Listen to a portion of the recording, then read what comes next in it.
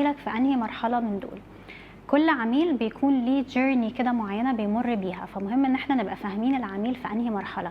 فخلينا نلخصها في العاده ابروتش اللي هي AIDA، اللي هي attention interest desire and action.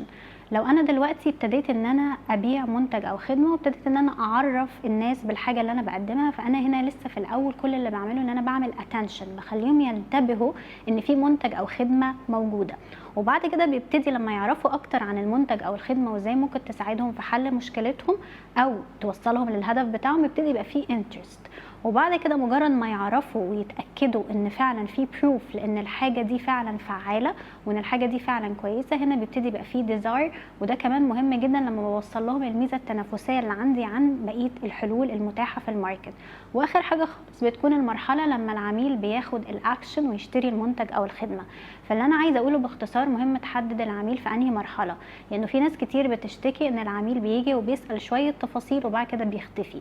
وده مش معناه ان العميل مش ناوي يشتري، ولكن ممكن يكون لسه في مرحله انترست، لسه ما حصلش الديزاير، او يكون في مرحله الديزاير ولكن لسه ما اخدش الاكشن. تزود ده ازاي؟ تفهم احتياجات العميل وتعرف توصل الميزه التنافسيه اللي في المنتج او الخدمه بتاعتك عشان ياخد اكشن اسرع.